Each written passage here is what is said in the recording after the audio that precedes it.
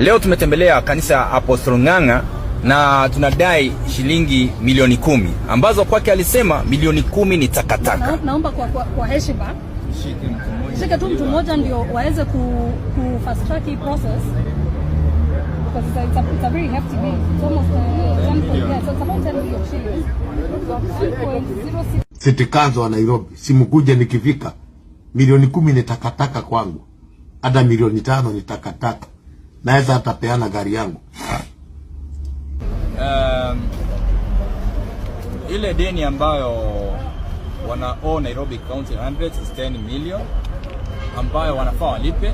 So tutakuja hapa kama kawaida kwa sababu Apostle mwenyewe alisema, niliona video anasema takataka ya 10 million. Mimi ndio nimesimamia takataka, ndio maana nimeikujia inisaidie tuweze tukaenda tukafuel gari zetu tuweze kuwapata takataka Nairobi yote, hata hii takataka yake ya hoteli pia tuweze kuichukua. Lengo letu si kuja kufungia neno.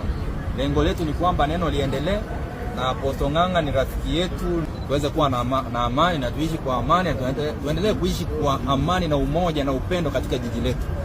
So ujumbe mfikie Apostle kwamba ujumbe yake ilitufikia na yetu pia leo imfikie. Wednesday tutakuja tukunywe na yeye chai bila alisema, alafu atupatie deni letu la county.